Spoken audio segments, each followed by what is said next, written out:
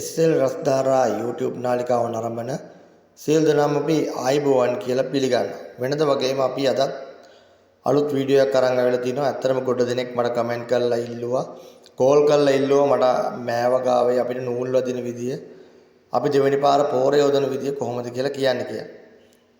ඒක නිසා මම අද මේ වීඩියෝ එකෙන් අරන් ආවිලා තියෙනවා. කොහොමද අපි නූල් ඇදගන්නේ, කොහොමද අපි මේකට පෝර එකතු කරගන්නේ කියලා. මේ දැන් අපි නූල් ඇදගෙන වගා කරගෙන ගියේ මෑ වගාව. දැන් මේක මයික මුරයක් විතර මේ කඩලි වලලා තමයි දැන් ඔබට මම මේ පෙන්නගෙන යන්නේ.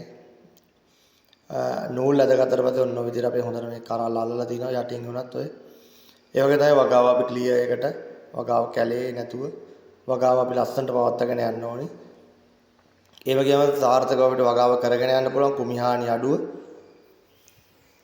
ඒක නිසා මෙන්න මේ විදිහට ලස්සනට නූල් ඇදගෙන වගාව කරගත්තට පස්සේ ඔබට ඉනි කපන්න තියෙන ප්‍රමාණය අඩු වෙනවා. ඒක නිසා මම මේ වීඩියෝ එක අරගෙන ආවේ ඔබට සාර්ථක වෙයි කියලා. අපි බලමු කොහොමද කියලා. මේකට වීඩියෝ එක ඉස්සරහට ගිහිල්ලා මම කියන්නේ මේක දිගට බලාගෙන යන්න, මේ වීඩියෝ එක ස්කිප් කරන්න එපා. ඔබ සාර්ථක වෙයි කියලා. එහෙනම් අපි බලමු වීඩියෝ එකටම ගිහිල්ලා. මෙන්න අපි දැන් නූල් ඇද ගන්න යන්නේ. ඇද ගන්න මෙන්න මේ නූල් පන්දුව තමයි. මම ඔබට හොඳට පෙන්නනවා. මම ස්ක්‍රීන්ෂොට් එකක් අරගෙන ගහගෙන ගිහිල්ලා ඔබට වෙළඳ පොලෙන් ගන්න පුළුවන්. ගොඩ දෙනෙක් මට ඇත්තටම අහනවා මේ නූල් වර්ගය මොනවද කොහොමද කියලා. කමෙන්ට් කරලා අහලා තියෙනවා. ඇත්තටම මම බෝංචි වගාවෙත් ඇදලා ඔබට පෙන්නලා තියෙනවා. ඒකින්ද හොඳින් ඔබ මේ නූල් කෝන් එක බලා ගන්න. මේක කොටන් නූල් එකක්. ඊට පස්සේ අපි මෙන්න මේ විදිහට නූල් කෝන් එක බිම තියනවා එක පැත්ත කෙරවලක. ඊට පස්සේ කෙරවලක තියලා ඒ කම්බියෙන් පැත්තෙන් දාලා අර පැත්තේ පාත්තියේ කෙරවලක් තියෙනවානේ. ඒ පාත්තියේ කෙරවලටම අපි මේ නූල අර ඒ කම්බි උඩින් නූල දිගේ ඇදගෙන යනවා. ඇදගෙන ගිහිල්ලා ඒ නූලේ කෙරවල තියෙනවානේ. ඒ කෙරවල අපි මෙන්න මේ විදියට නූල උඩින් ඔන්නෝම ගැට ගහ ගන්නවා. ඔබ හොඳින් මේ වීඩියෝ එක ස්කිප් නොකර හොඳින් අවධානය යොමු කරලා බලා ගන්න. එතකොට ඔබට සාර්ථකව මේ නූල් ඇද ගන්න පුළුවන්. පළවෙනි පාර පොඩ්ඩක් අමාරු වෙයි. ඊට පස්සේ ඔබ සාර්ථකව ඔබට කරගන්න පුළුවන්. ඊට පස්සේ ඔන්නෝම ඇදගෙන මේ මෑවැලේ තියෙනවනේ මෙන්න මේ විදියට.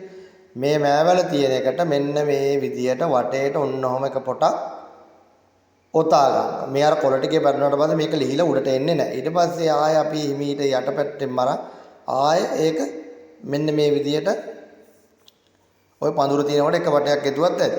ඊට පස්සේ ඔන්න ඔය විදියට අපි උඩින් ආය අදලා ගන්නවා. මේක මගේ උසර තමයි මේ වැස්ස අදලා තියෙන්නේ.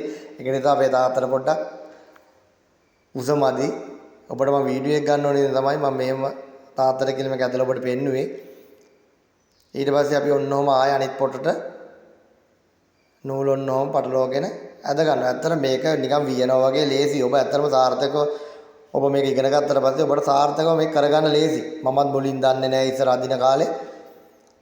අපි 2008 විතර තමයි මේ නූල් අදින ක්‍රමය පටන් ගත්තේ. දැන් අපි සාර්ථකව දැන් අපේ පැත්තේ ගොඩ දෙනෙකුත් මේ නූල් අදින ක්‍රමය කරගෙන යනවා. ඇත්තටම සාර්ථකයි. ඔබත් අත්අදා බලන්න.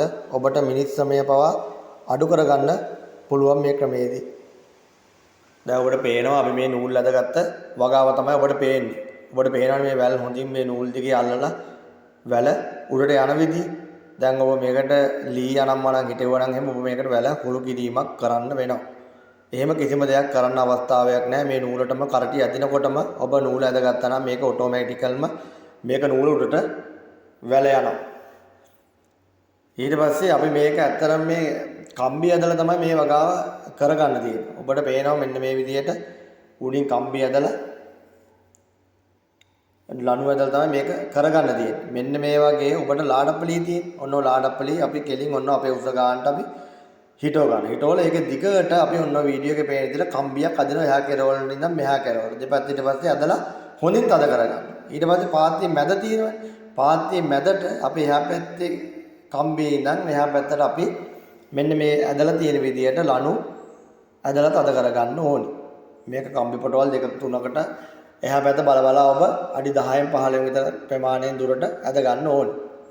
ඇදලා තමයි මේක ඇද ගන්න තියෙන්නේ. ඊට පස්සේ ඔබට පුළුවන් මේක නූල් අදින ක්‍රමයෙන් පටන් ගන්න. අතර මේ මම කලින් හිටවපු කෑල්ල ඊට පස්සේ තමයි මම මේ කෑල්ල හිටෙන්නේ. ඔබට බලන්න මේ දැන් අපි මේ නූල් වල මේ හොඳට මේ වැල් අල්ලලා ගිහිල්ලා තියෙනවනේ මේ සාර්ථක. මේක අතර බෙහෙත් ගහද්දි පවා වුණත් ඔබට පහසුයි මේක වැල අර කැරකෙනව ලී වල වැදිලා එහෙට මෙහෙට තෙල් ටික පවා විසි වෙන්නේ නැහැ. හොඳින් මේකට සාත්තුව නඩත්තු කරගන්න ලේසි. ඔබට පේනවනේ මේ දැන් මැස්ස උඩටම වැල් ටික ගිහිල්ලා තියෙන්නේ.